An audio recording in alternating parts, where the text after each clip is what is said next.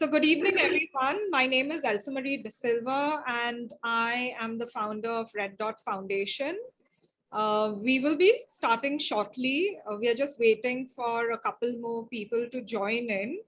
But in the meantime, feel free to introduce yourself in the chat section and tell us who you are, which organization you represent. And if you've participated in the Cyber Saathi program, that would also be nice.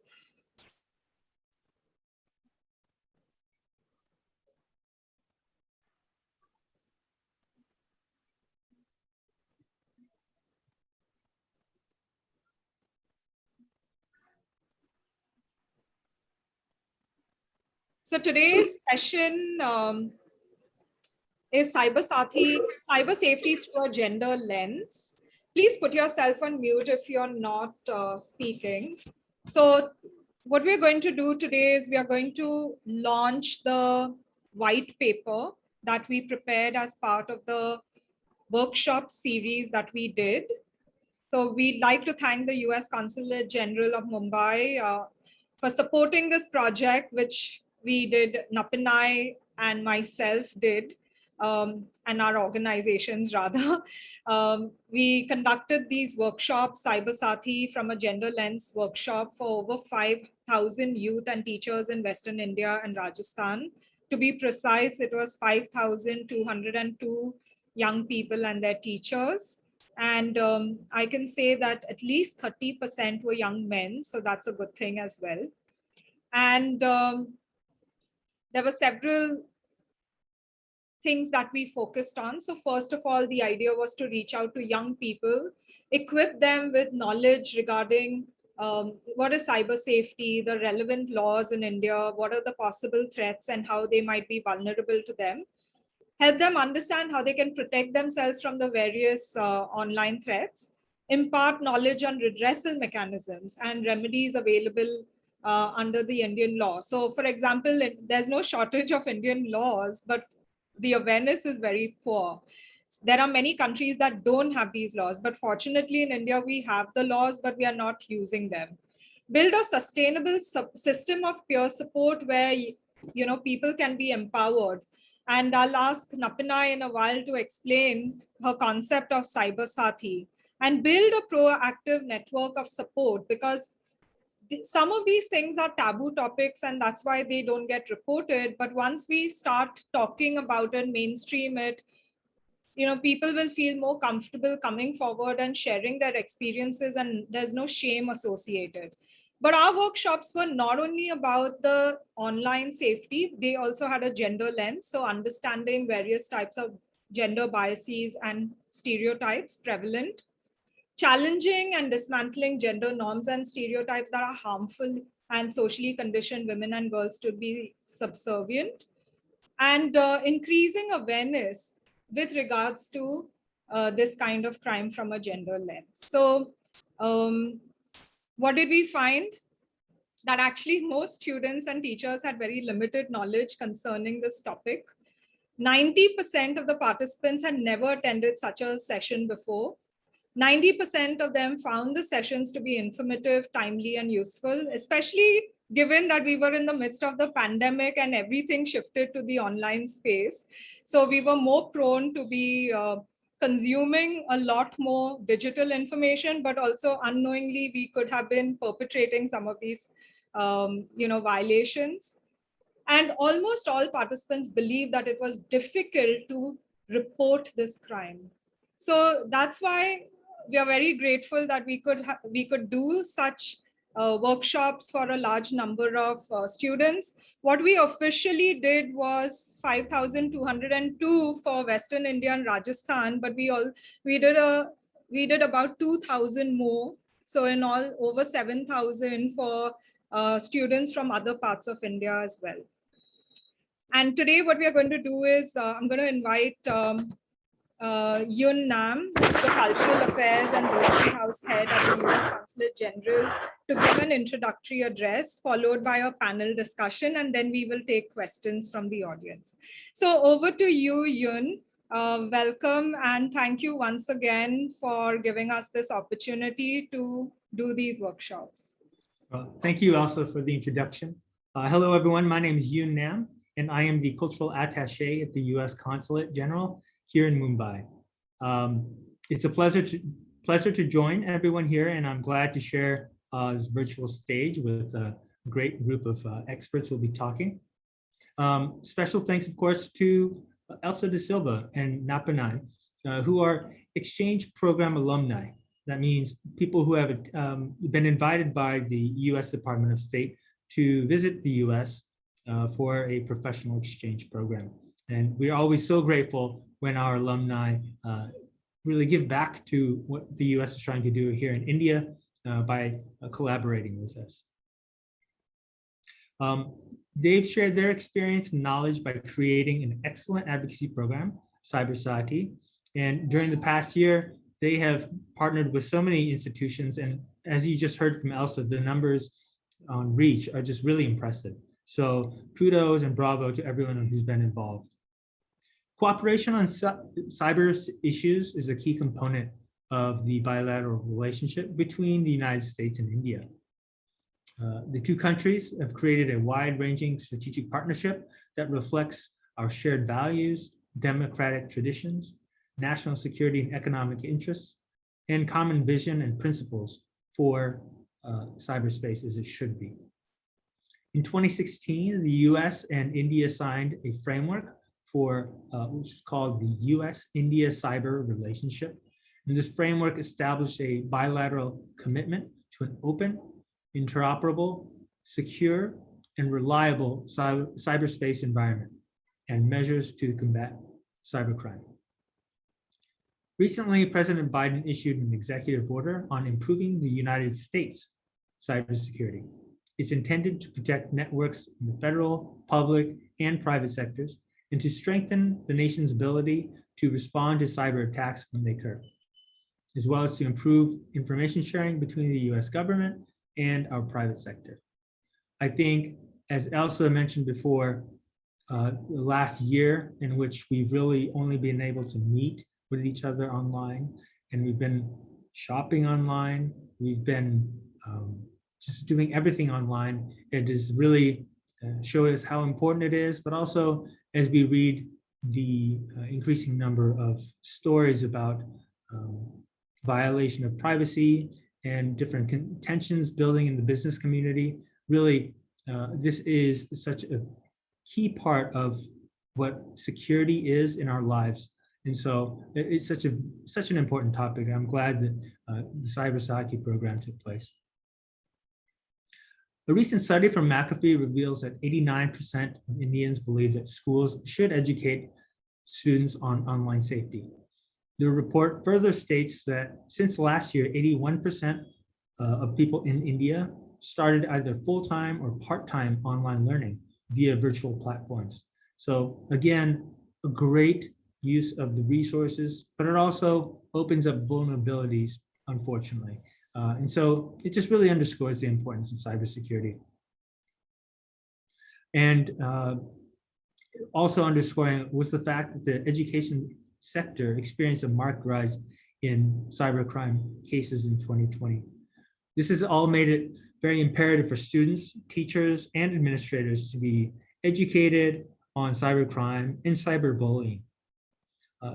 This will also provide youth a chance to challenge gender norms and stereotypes, educating them on responsible use of technology, and promote effective tools and strategies on how to deal with and report cybercrime.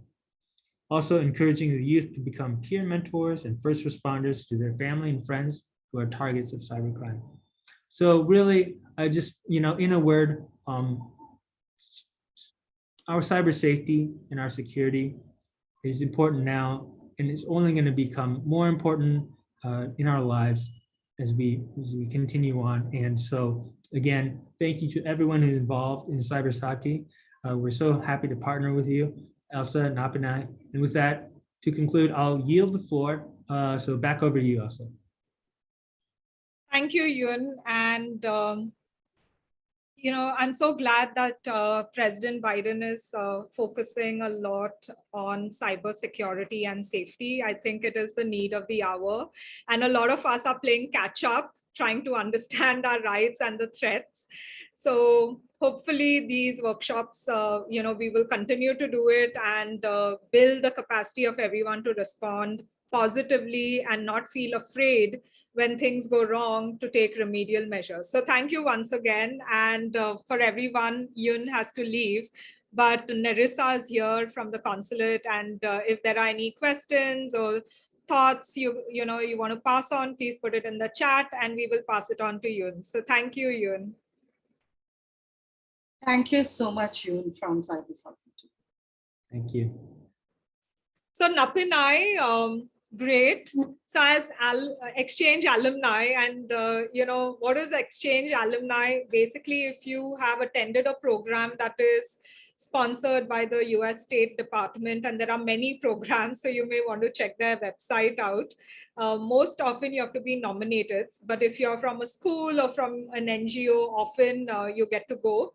So maybe you want to quickly tell everyone a little bit about Cyber Sathi, why you started it, and what was the gap you identified for this program, but also which exchange program you attended.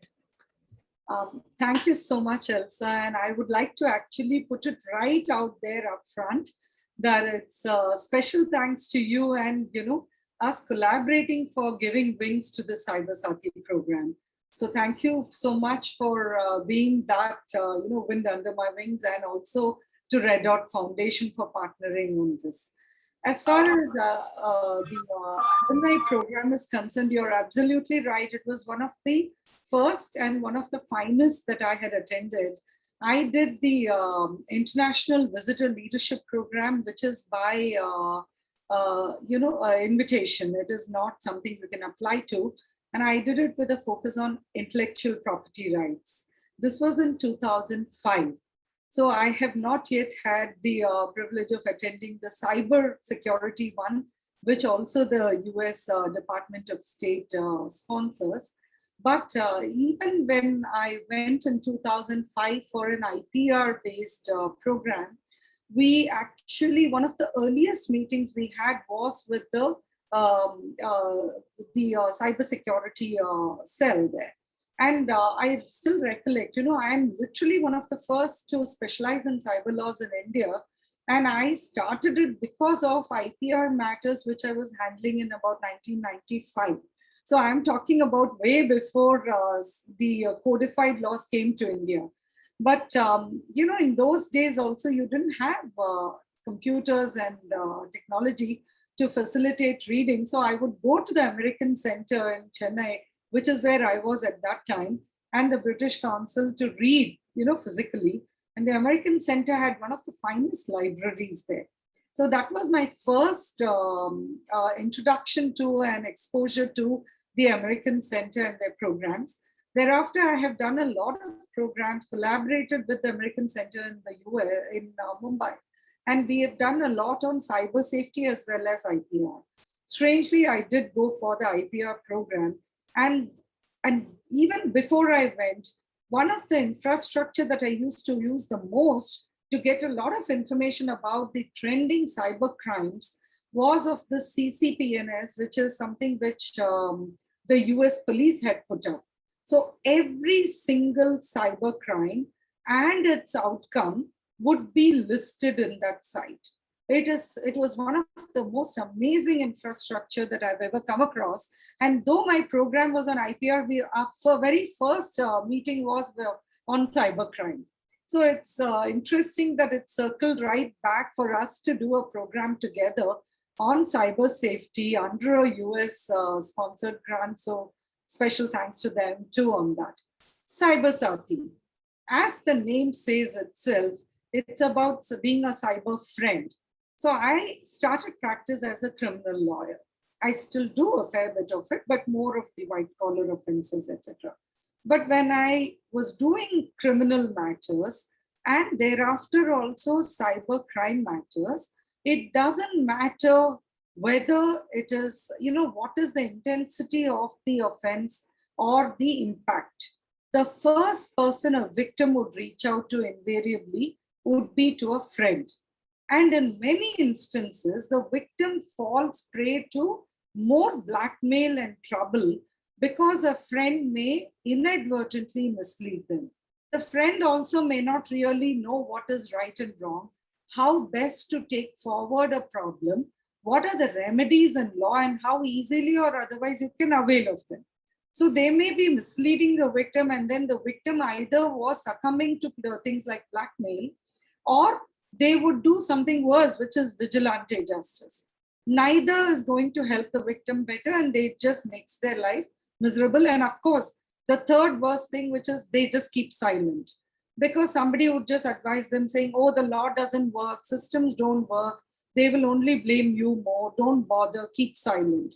And in many instances, crime increases. A criminal never stays quiet because the victim decided to stay quiet. They get emboldened. So a crime which would be a small crime will get escalated to something large and unmanageable. So when a victim does not report a crime, they are harming themselves. And they're also forgetting that by emboldening the criminal, they are ensuring that the criminal will go and commit the same crime against others. So the whole idea of Cyber Sati was to make that friend whom a victim will reach out to be a better first responder, who is not expected to be an expert in cyber laws, but at least know what is happening around town, be aware, be a cyber friend to themselves first and protect themselves, and be a good cyber friend or cyber sati to their other friends who may reach out for help to them. And one final aspect, which I believed was a big gap, which nobody was addressing, which is that law is actually meant to be a deterrence. It is supposed to stop people from committing crimes. Unfortunately, because of the opacity about cyber laws, many people do not realize they are committing a crime. Look at the kind of offenses that children are committing, including against teachers, of trolling and whatnot. It would not happen possibly if the students know that they are committing a crime. So the last leg of why Cyber Sati was formulated and implemented, including through the programs I've done along with the Red Dot Foundation, was to ensure that particularly children and young adults will get to know what amounts to a crime so that it can deter them, stop them from committing a crime. We are a young nation, India that is. So we don't want a nation full of criminals. We have to ensure, therefore, that we catch them at the earliest possible time and explain to them what is right and what is not. What is a prank and what is not? Where do you cross the line into a crime and stop them from doing it? So these were all the driving principles behind the founding of Cyber Sati as a construct and then as a non-profit organization. Thanks, Nappinai. And for those of you who joined us a little late, we have put the white paper link in the chat section. Also, just to let you know that this particular project was done with this, in partnership with the US Consulate General, and it was done by Nappinai Cyber Sati Foundation and our Red Dot Foundation. We covered 5,202 young people and teachers and parents as part of this. And I can see there are people from Satara who are joining us because we did, I think, over 70 workshops, not only in Mumbai and Pune, which are the big cities, but also in little towns. We did in Nanded, in Satara, in Hindi, in English, in Marathi. And we did it over WhatsApp sometimes because people couldn't log in to Zoom and Google Meets. And, I'd like to thank our team led by Marissa Borges from Red Dot Foundation and Noel Ann from Cyber Sati, but also Jyoti, Sonali, Gauri, and Anima from Red Dot Foundation, who did it in Hindi and Marathi for several students. So now joining us to also talk about this issue of cyber safety, the importance of it in the school curriculum, we have two professors, one from the US and one from Mumbai. So Andrea Adams joins us from DC. She's a professor at the University of the District of Columbia. And we have Daivata Chavan-Patil, who is a professor at Mumbai University. So welcome. Andrea, we are going to begin with you. Now that you've heard the introduction and that, some of the statistics, which is very India-centric, can you share, like, is this part of the curriculum in the US and in the regular school system? Because what we did was customized programming from grade 7 upwards to, young adults, even in their graduate and master's programs. But we started as young as grade 7. So do you think, what do you think about this topic being mainstreamed in the education curriculum? So let me just thank you very much, Elsa, for allowing me to be on the panel to present. And kudos to you and Nappinai for just an amazing program. I think that that kind of program is very important in the United States. And so my comments are really around the fact that, cybersecurity is taught as a subject in the United States, but not necessarily as a prevention topic for students in most grade levels. One of the statistics that I read was that on average, kids 8 through 18 spend 7 hours and 38 minutes a day online.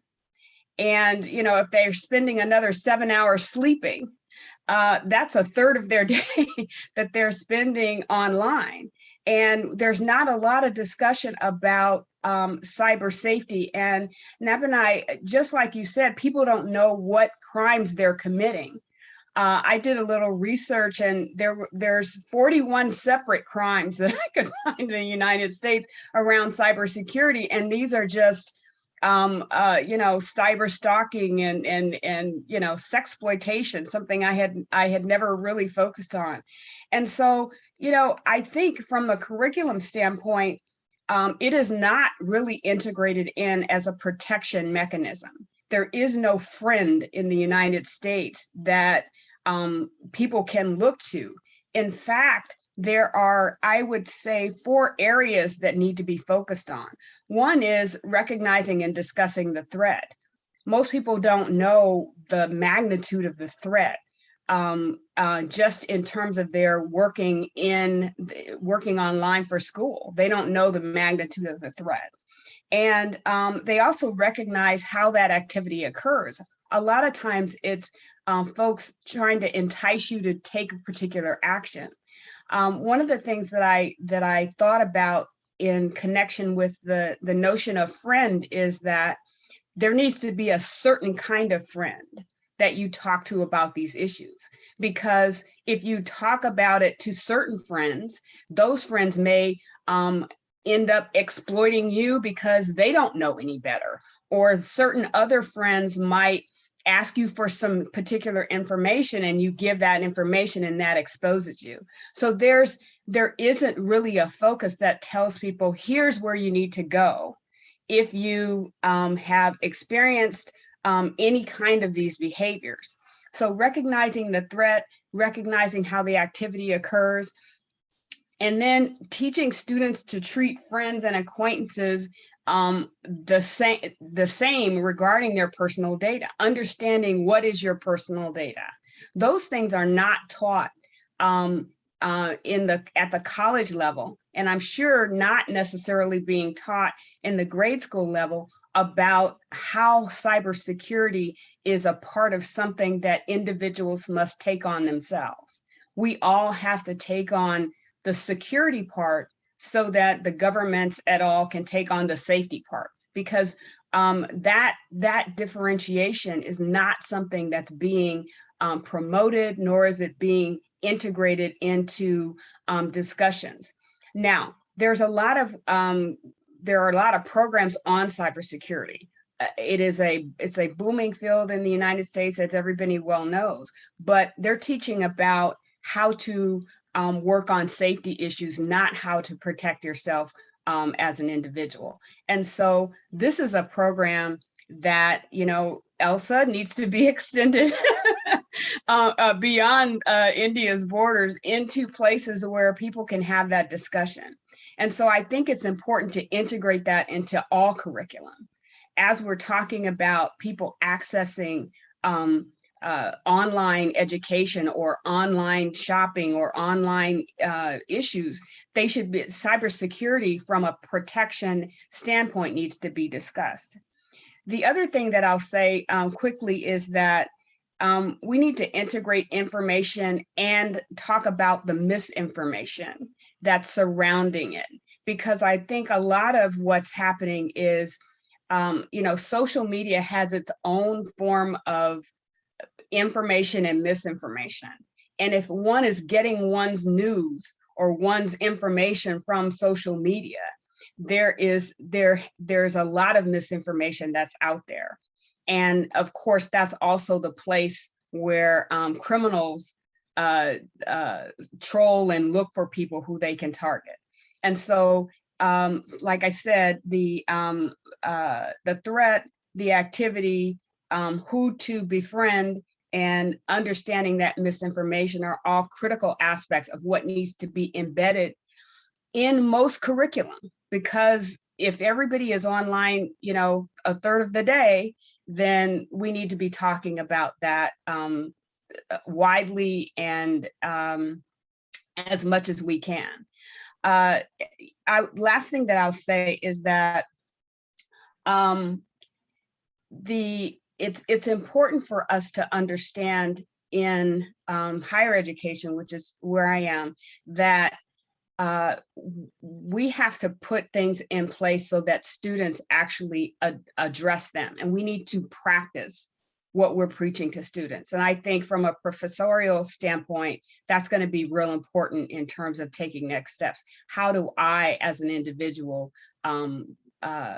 act in a way around cybersecurity, and that kind of becomes the model for others. So I'll stop right there. Thanks, Andrea, for those remarks. And what stood out to me is that if 1/3 of our day, and not just students, but pretty much everyone, minimum 1/3 of our day is online, our lives are no longer the same as it was 20 years ago. So we have to change what we are learning, how we are learning, and of course, adapt to it, right? So cyber safety definitely needs to be part of, our consciousness. Second is that you said from a professorial point of view, but our feedback from these sessions was that even professors or parents or teachers did not know about these things. Right. So they were learning for the first time. So absolutely, I'm going to turn to you, Daivata, because you teach gender and media, and I'm curious from and you also underwent this session. So what is your thoughts about mainstreaming it?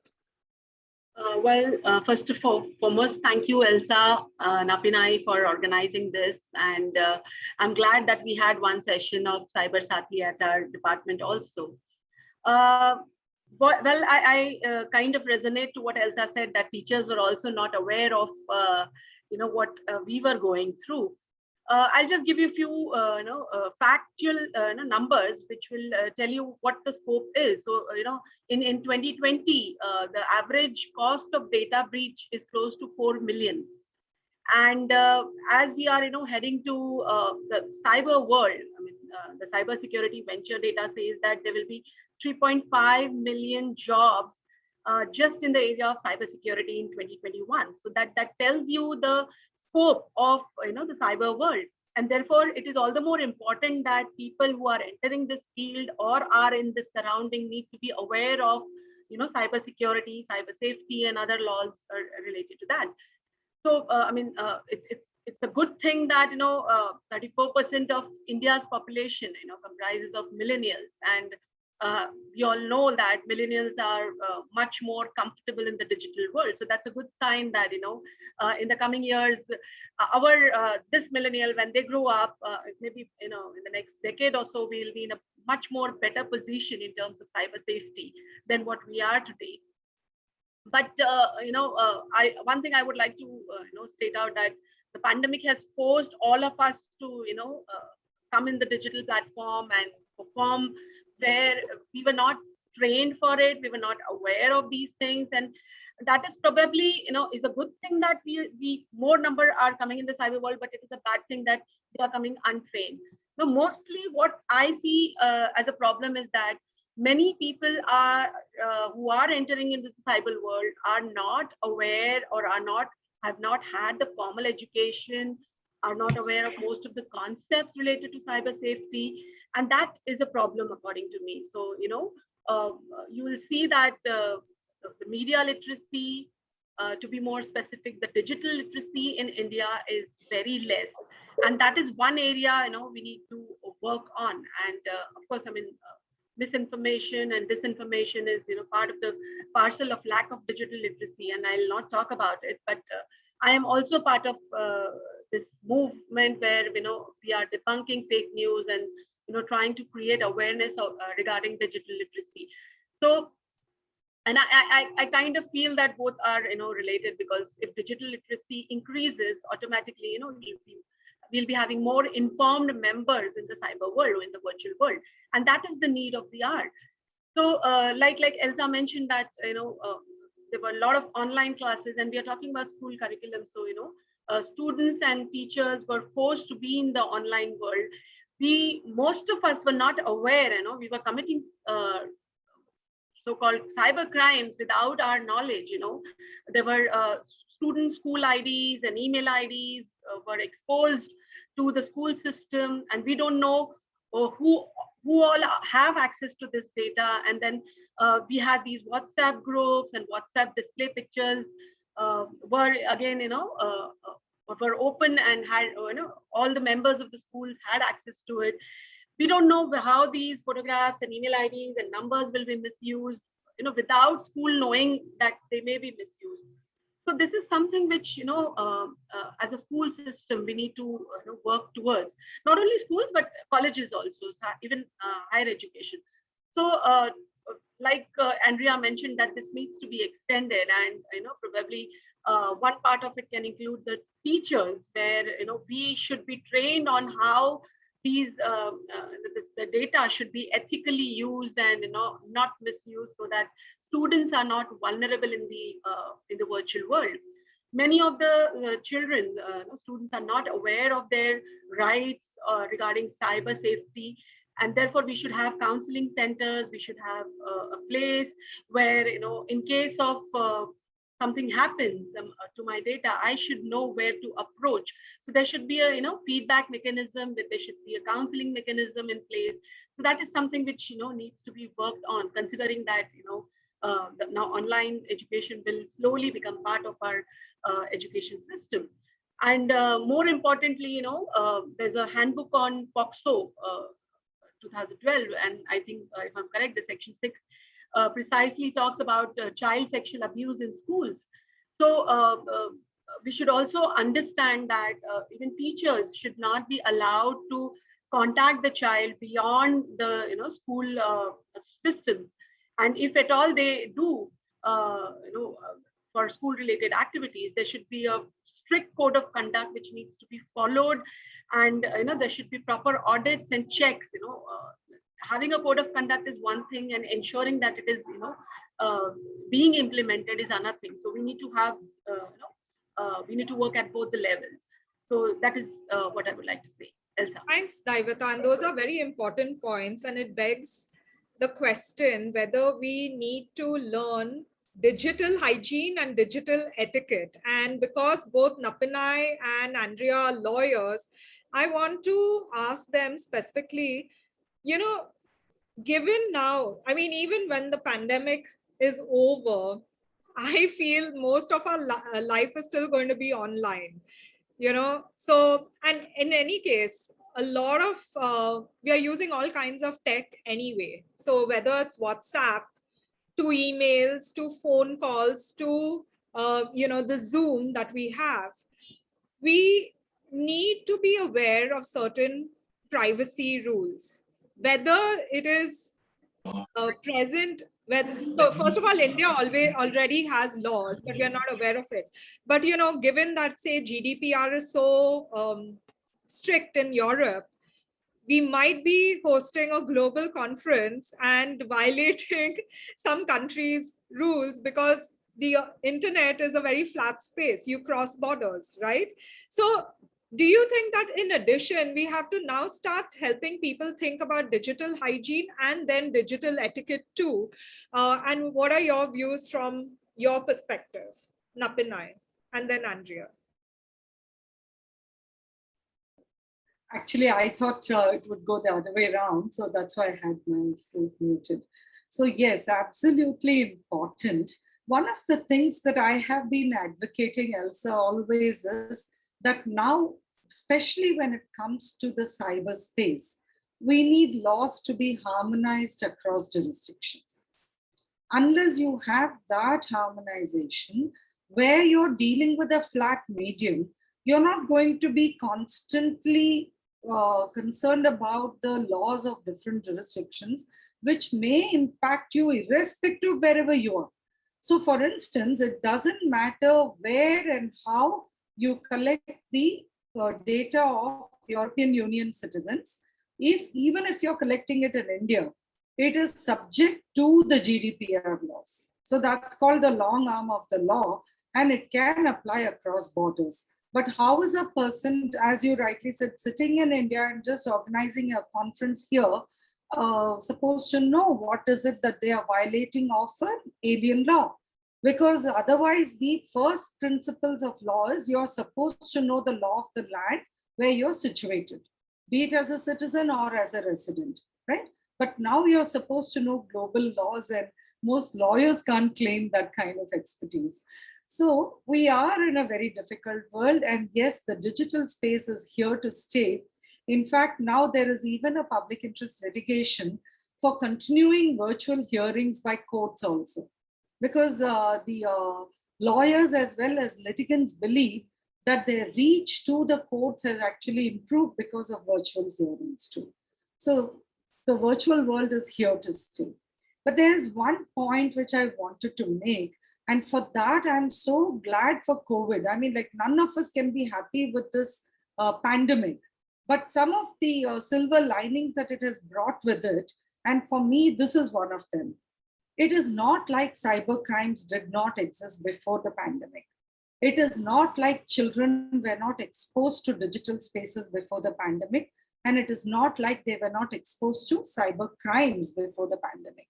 It is just that with the increased engagement with the digital space, everybody has become more aware of the domain, of how to use it, and what possible abuse could happen.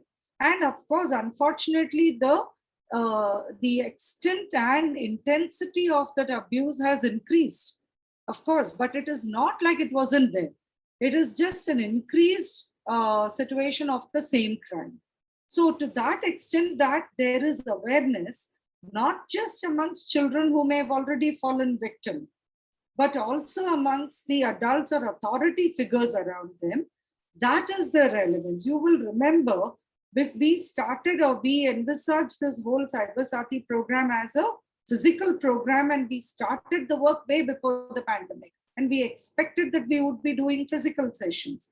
You know the kind of reaction we had from educational institutions then, even as of October or November 2019, to the reaction we had post-April, June 2020. So that's the kind of awareness that has been created. So to that extent, I'm glad for it. For those who are wondering what Nappinai is saying, initially when we started on this, educational institutions were reluctant to host these workshops because they didn't understand why it was applicable and what was the importance of it.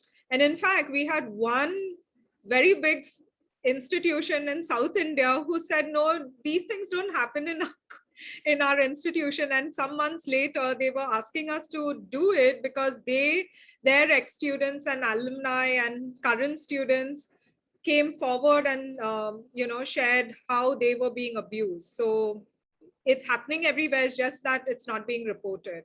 But Andrea, you're an ethicist. So, and I know you as our board advisor keep telling us that we must always keep that in mind when designing our app, our programs, our projects. But given that this is part of our lives, what would you recommend that people start doing? Because clearly they are not aware of it. Well, so I thank you for asking that question. And I agree with Nappinai's comments as well. But one of the things that's interesting is that prior to the pandemic, there was what I will call online education. And things were done online. So certain things, it's like when you develop a curriculum that's online, you put in all the protections. But when the pandemic happened, we went to virtual, and virtual is different from online. Virtual is we're going to pretend like we're together using the together rules, but we're not using those online protocols. And so one of the things that I think is going to be real important is to make sure that if we're intending it to be virtual, that we use the already online protocols, which is netiquette, which is ethics, which is behaving in a particular way. All of those things are a part of the online protocol, but it's not necessarily hasn't been translated into the virtual world where we're taking something that was meant to be face-to-face and translating it over into a virtual space. So that's one thing I'll say. The other thing is that ethics is about how you treat others. And so one of the things that people that are, and I'm leaving criminals out of this equation, people that are intending to respect one another need to be thinking about other people when they're working on projects or doing things. And from a legal perspective, the laws give you the parameters on which you can be ethical, on which you can think about others. And all of those things are not built into what is virtual. Those things are, we're using our face-to-face or brick and mortar protocol in a virtual space. And I think we need to transfer what we know to be important online into what needs to happen in a virtual space. And I think when we start thinking about it from that perspective, it gives us the way forward to make sure that we've considered ethical issues, considered the online environment as a specific way of interacting with one another. Thanks for pointing it out. I never thought of it that way, that it was online and now it's virtual and we are trying to recreate the wheel, reinvent the wheel when we shouldn't. Existing protocols are there and we just need to apply it. And talking about existing, I'm going to move to gender sensitivity because I know Daivata does a lot through her courses at the university. So when we think of physical world and the virtual world, we tend to again separate it, like put them in silos because that's how our brain synthesizes information. And we find that in the online space, it's so easy to commit crimes, which in the real world, you might not be able to do. For example, giving somebody a rape or a death threat directly on their face, or, this prolific sharing of pictures, taking pictures without permission, sharing it, like you said, sharing email IDs without consent. The concept of consent, and I recently, contributed to an article on consent, and people don't understand these terms. So what are your thoughts about, the virtual space, gender sensitivity, and challenging these biases? Because our sections covered that in the workshop as well.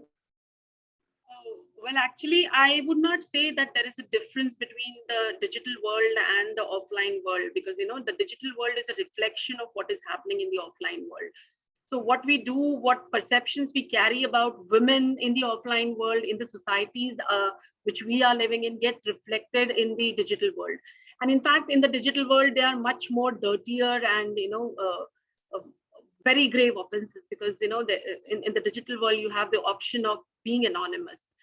So when you are not, your identity is not known to people, it said that even the best of the humans can show the dirtier and the animalistic side of them. So that is probably, one of the important things that we need to address to, because as long as you are anonymous in the virtual world, these crimes are bound to happen. So we need to have some mechanism where, this anonymity in the digital world can be, reduced. When I say that there is no difference, and so in a way we are talking about digital citizenship, where in the offline world, we in our school systems and college system, we are focusing on ethicalities and principles and moralities. Civics and politics is taught to children, but then the entire perspective needs to be changed, because when we are talking about it, we need to include the digital citizenship also into it. That okay, you have a digital world where you need to address to these digital concerns, and there also you have responsibilities as a citizen. So once you become a ethical digital citizen, I think most of the issues related to gender biases and stereotyping will automatically get addressed too. So we need to prepare our millennials and the ones who are migrating to the virtual world to be good digital citizens. So of course there are issues of sexting and, like you said, that rape threats and those things. But I think those are just extensions of the offline world in the online world. So we need to correct both. We can't just focus on online world and leave the offline world. So parallelly, the systems needs to work. I mean, I'll just share one example. I'm not sure whether it is related or not. But if I come from the film department, so most of the films that we see, who address to prostitution, they focus on prostitute. They don't focus on the customer. So that talks about how we are looking at women. So I think there is a need to change the focus. So if as long as we are having films which focus on prostitution and prostitute, I don't think so our perspectives are going to change. We need to have films and or narratives which focus on the customer who's coming to the prostitute. I think the way we start doing that, I mean, there will be a paradigm shift in the narratives which we see in the media. And I think media is a reflection of our society, and from media we learn a lot. So we need to have that kind of shift in the narratives in the media world also. And I think there are other issues also which make us much more, as a woman, much more vulnerable in the world, is that we're oversharing our personal information. So we don't know what needs to be shared, how much it needs to be shared. I mean, we may be in love with our child and we click photographs with our child that my cutie pie and all that, but then we need to understand that we are exposing our children in the child pornography. We don't know how the photograph of a girl child or male child will be used. So overall, like I said, that again, it is an issue of digital citizenship that we need to focus on. Yeah, over to you. Thanks, Daivata, for that. And you remind me of something, that we love checking into spaces and our location is logged in online, and there's no privacy anymore. People can stalk you not only in the virtual world, but then actually stalk you in the physical world as well. But now we have some questions. So we have some, if you have any questions, please put it in the chat and we'll pick it up from there. So the first question is, Nappinai, since we are all online and it's really convenient, I love this online stuff. How do you push back when your organization expects you to work 24/7, and is that abuse? That's a really fine line. In fact, if you recollect, one of the cases we always use in our Cybersati sessions is about this instance which actually which was in an educational institution, and where a senior was reaching out at odd hours to the lady staff member. And that itself was put forth as one of the grounds to show cyber stalking. I'm just giving that as an example. However, you're talking to a lawyer, ask Andrea, we work 24/7. Even clients don't think there is a cutoff time. I found it very funny when, clients would always call and say ma'am, we are calling you so late in the evening because you'll be free now. But that's the whole idea. I'm supposed to be free because the work time is over, but they will think that's their time, therefore, to call and speak to you. So not all calls beyond a point or time. If an office time is fixed and somebody calls you for some urgent work or something thereafter, there is no reason to believe that it's stalking or that it's an offense. It is the intent behind the action and the manner in which the action is executed which will decide whether it's an offense or not. At best or at the lowest end, it may just be a breach of a corporate policy, or it may actually be in compliance with it because offices nowadays put everything in their policy saying that in case of emergency, you will be called upon to contribute for work, etc. So if that forms part of your policies, it may very well fall within that. Always check what is it that is being said. Is there any innuendo, particularly sexual innuendo, in the manner in which conversations happen? And is there, and this is a very important thing, I think, Elsa, you pointed it out in one of the earlier programs also, right?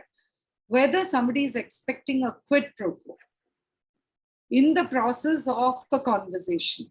Right? Are they dangling a carrot in front of you and trying to hint at some sexual favors, etc.? So these are all things which would fall within the ambit of abuse. And I'm now focusing on sexual abuse and not the various other forms of abuse that may be there. But look at your policies in terms of other forms of abuse that you want to take up cudgels on. And invariably, the corporate policies will help you understand where the line has been crossed. And also discuss it with your team and your manager to set boundaries, because we just accept blindly that it's okay, but you can have a conversation and find out why you have to work extra if it can be done within the hours that are supposedly your work hours. So there are many ways to deal with this, but like Nappinai said, it's the intent and the way it is executed that you might have to evaluate upon. I'm going to ask Andrea to take the next question, and Nappinai, feel free to add the India perspective. But as a woman, body shaming and other kinds of virtual bullying is rampant. As a student, subtle threats for notes too is experienced. How is it possible to protect your virtual persona without filing a complaint officially? But I know it's difficult. Andrea, take a stab at it, because you always look at the policies on platforms, right? So you can probably answer from that perspective too. So the question, so I have a question. I don't understand protecting a virtual persona. And so if you're attempting to protect a virtual persona, then that's, the question is, do you have rights around having a virtual persona? You do have individual rights of yourself, your person. And I think that might be a gap in the law, whether a virtual persona has some rights around which you can protect that. But it also goes back to what Nappinai said, which is, what is the intent? What is the person trying to do? And based upon that, there is probably something actionable related to that. So if they take your persona and they post it in a chat room and say derogatory things about you, there is some action surrounding that, because there is a law that protects that. But if you're just talking generally about a personal persona, there may not be a law that, especially in the United States, that protects you having that. But those are details in the law. Those are not, overall positioning. And so those details you'd have to, and I'm not a cybersecurity expert, so I'd have to look at the law in detail to try to figure out whether there's some specific thing that would be actionable. And the other thing I'll say, and that's in the comment from the question, is the online platforms provide adequate proof. Keep copies of everything so that if you find in the future that it is actionable, then you actually have a digital, and I would say printed copy, because things get wiped out a lot, of whatever happens with respect to that. So I hope I answered the question, and if not, follow up with another. Yeah, I mean, you raised 2 points. One is, do you actually have a virtual persona? Because you're one person. You traverse a physical space or a digital space, you're still that one person. So you're not two separate people. And second, what I like is take printable copies of the evidence. First of all, it's easier to prove harassment and bullying in the digital space than in the physical space, because you have proof, but keep that proof available. Nappinai, I think in the last session on Saturday with some students on ZTV, you said that the tendency is to go and delete the proof because we are so upset. We want it off our device. But before you delete it, take the proof. And what Andrea is saying now is take a print out of it, and then if you wish, delete it. Now, do you want to add anything, Nappinai, to that? Yeah, but does Daivata want to add something before I intervene? Yes, please. Because of the body shaming angle, I'm sure Daivata will have a lot to add to this. Yes. I kind of agree to that. We do have a virtual persona. In fact, in our personal life also, we carry a lot of personas. We have different versions of self for our different worlds. So likewise, we also have a digital self, which we, present in the digital world. And if that digital self exists, then it is very important that we define that digital self, that how you want to get projected in the digital world. So like in the official space, professional code of conduct, we want to conduct in a particular manner. When we are at home, we want to conduct ourselves in a particular manner. So when I'm a teacher and I'm in the department, I want to behave like a teacher. And when the roles are reversed and I'm learning something, I want to behave like a student. So we do carry these, different versions of self. So it is very important for all the users who are on digital world, how you want to define your digital self, because that will make you, vulnerable, or it will empower you, because you need to have the boundaries set that my digital self will behave like this in the digital world.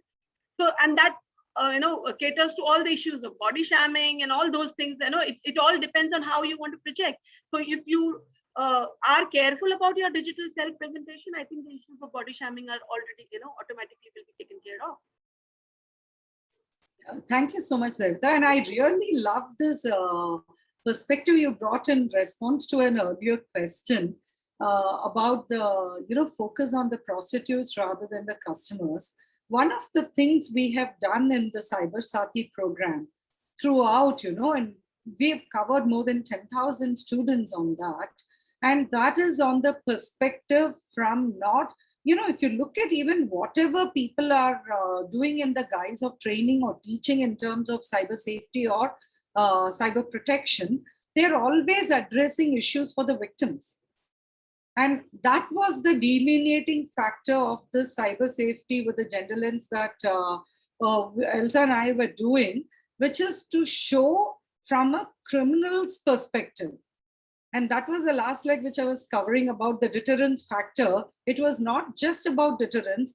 It was about pointing out do's and don'ts to prospective criminals rather than to the victims, because otherwise we do too much focus on victims, So thank you so much for that perspective. I just wanted to do my intervention on that before I move to Elsa's question to me. So whilst answering Elsa's question, I promised Parimala that I would definitely respond to a query. So I'll just give a few examples and then address the question. The good news for all of you is Indian law does have a lot of protection. And as Andrea already pointed out, every platform also has a very simple non-adversarial alternative or solution also. So I'll try to quickly cover those along with the examples, but pardon me that I won't be able to give you, normally I love to give you all a lot of stories, but that's part of our training program, which I'm sure we'll be continuing, and we welcome you all on board for that. But for now, I'll give you the short gist, okay?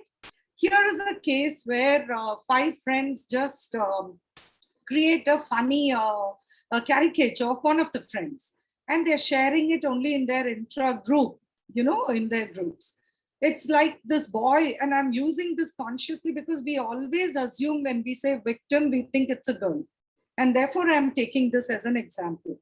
Here was a very simple, innocent picture of a boy, which was morphed with a picture of like in a Superman costume. Nothing sexual about it, nothing wrong about it. And yet, somehow this picture found its way into the public domain, and it got circulated in social media. And then absolute strangers started commenting on the picture. And thereafter, slowly but surely, as that happens with every single image that seems to be online, comments moved on to sexual innuendo and also quite pedophilic. So then there were threats also to the other classmates or the friends. There were about 5 friends in the same group, and others also started getting threats. The whole issue was about how do you deal with a situation like this? And this is a real case that happened. And then all the friends just decided to go offline in solidarity to help the victim. Here is a case where you could use the online platform. So when I talk about solutions, and I am interpreting the word virtual persona as just you online or you in the virtual domain, not in the context of you creating an avatar online. I can tell you all, reach out to me separately. I'll give you a whole input on how you can protect that virtual persona, which you create online, including as an alternate or a virtual presence, independent of yourself. You do have rights and laws on that, but that's purely on intellectual property rights. And we're not talking really about that today. So I'm going to keep that aside for now. And I'm just clarifying that when I'm addressing the virtual persona, I'm just talking about you online or in virtual domains. So if you are faced with a situation like this, you can report to the platform. So one of the things which Elsa has heard me explain a lot is this matter of Prajwala versus Union of India, where I'm amicus before the Supreme Court. I can't tell you how many simple solutions came out of consensual process. And one of the most important things that came out of it was for platforms to have very specific reporting buttons. If you remember early days of WhatsApp also, they only had one button which said report and delete.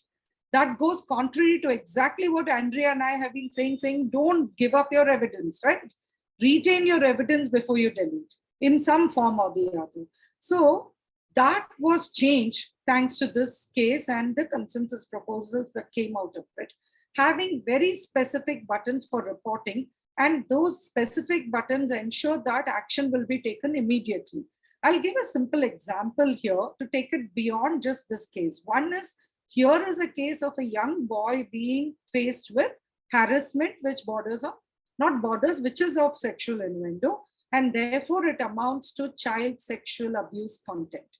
Across the world, there is zero tolerance for that. So when you report that, platforms have to act on it. The question also talked about body shaming. Body shaming could be just bullying by calling you names, or in the case of, and that was what I was adverting to earlier, of children committing crime. June 2020, the classroom started in virtual mode. Morning, the classes start, and by evening, a teacher is trolled under the name of Blue Sari teacher. Okay, and typically, initially, it's just innocent barrage or a banter, which you would probably think is okay. According to me, even in, like Daivata said, these are all not comments which are even okay in the privacy of your own groups. But here you're doing this banter online, right? But it then goes on to sexual innuendo, and that got registered as a criminal case. And that was what I meant by saying you're crossing the line between pranking and a crime. And in those kind of cases, your first reaction, be it of just textual abuse or of somebody who's been in a relationship abusing your privacy by posting your private videos or photos online, you can report to the platform and have them removed. Now, thanks to the change in law, which was also predicated on Prajwala and the undertakings there, every platform must have a grievance officer, and the grievance officer has to receive user complaints and attend to them within 24 hours or a maximum of 15 days. If the complaint pertains to body shaming, which involves private videos and photographs with nudity in it, then the maximum time limit within which the platform has to react is 24 hours. So you don't have to file a case, you don't have to go to the police, you don't have to worry about how to file complaints. All you have to do is submit your complaint to the grievance officer of the platform, and they have to act on it. If they don't act on it, complain about it on the MHA portal, which is cybercrime.gov.in. Please make a note of this, because this is one of the most important resources that came out of Prajwala. The undertaking was for the government to set it up, and they did it immediately after the committee report itself from Prajwala, etc. In the case, that is not the organization. So if the grievance officer does not act on your complaint, let me tell you what the law says. It is very, very powerful.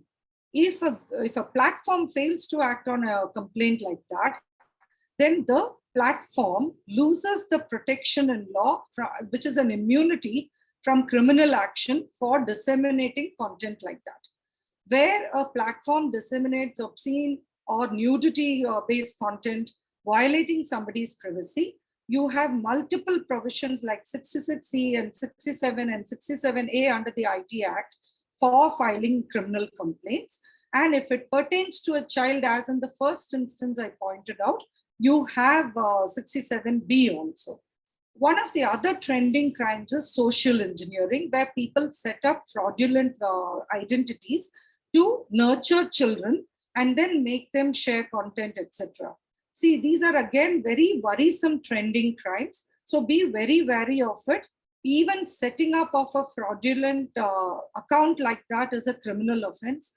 Again, you can just take the simplest step of reporting to the platform. They will immediately block a user like that. Or you can file your complaint online or physically. I think I'll stop with this for paucity of time, but I think you've understood the message, which is there is nothing, no action, which on the face of it, you know is wrong, like exploitation, which Andrea spoke about, or sexting, which Daivata mentioned. All of these are offenses. So merely because a section doesn't say sexploitation, don't think you don't have a remedy. There are remedies in law. You just have to read the provisions carefully and then follow your remedies. Thank you, Elsa, for putting up the site there. Elsa has already shared the website cybersathi.org.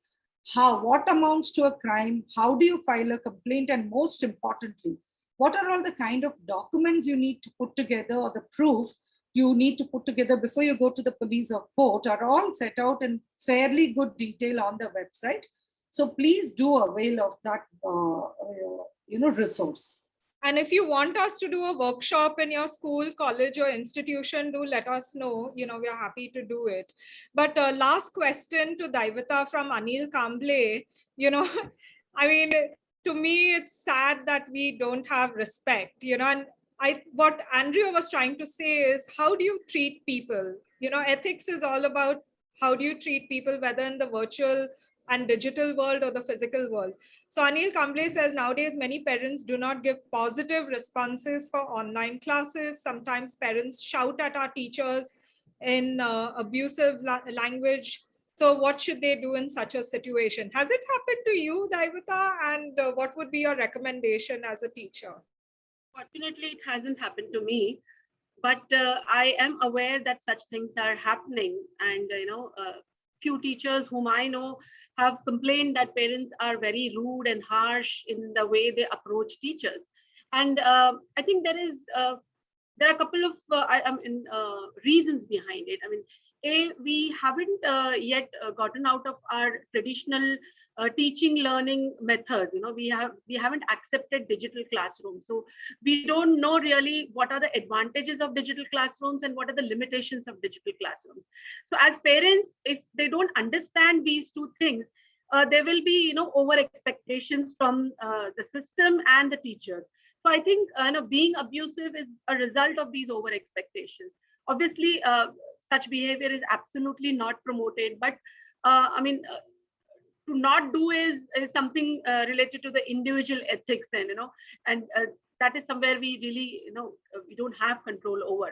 But I think another issue which we need to look at is even parents, for instance, I'll give example of capital punishments.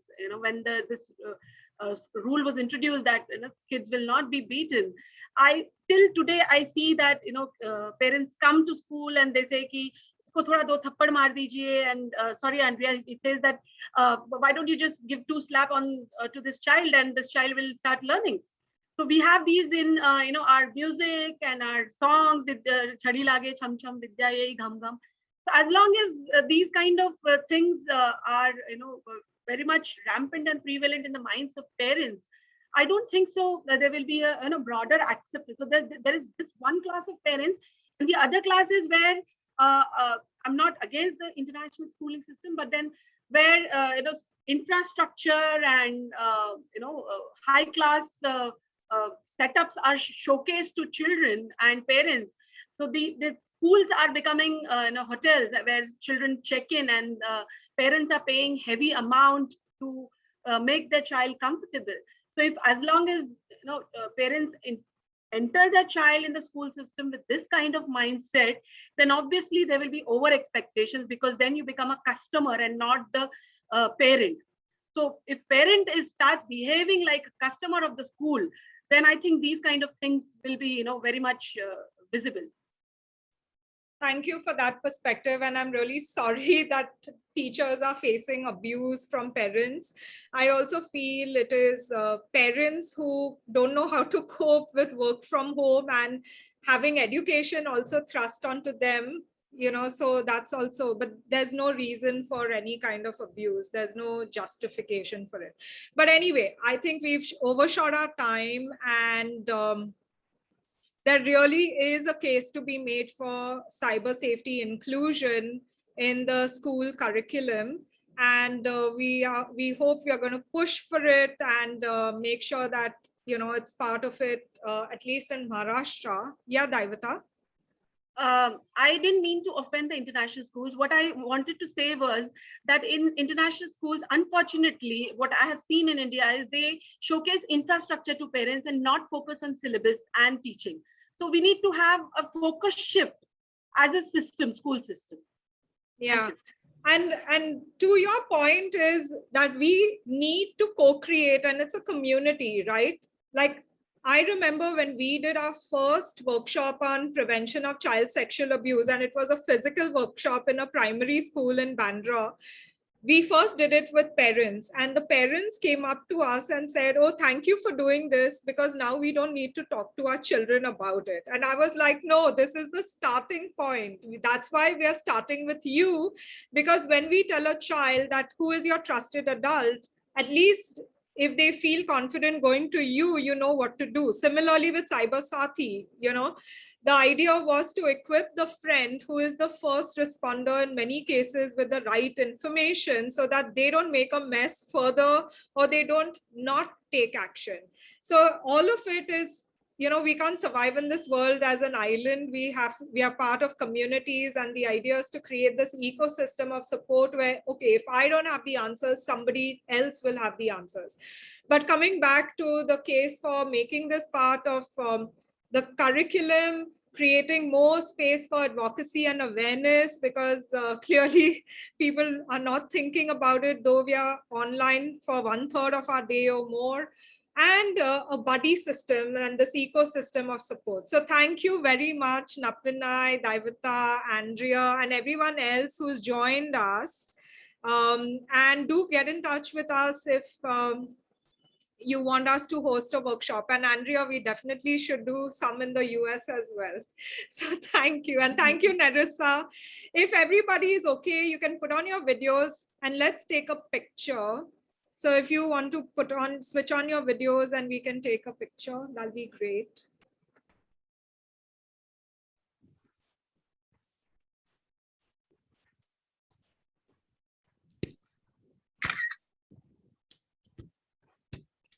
Okay, any more videos opening up? Okay, thank you. Thank you so much for hosting this.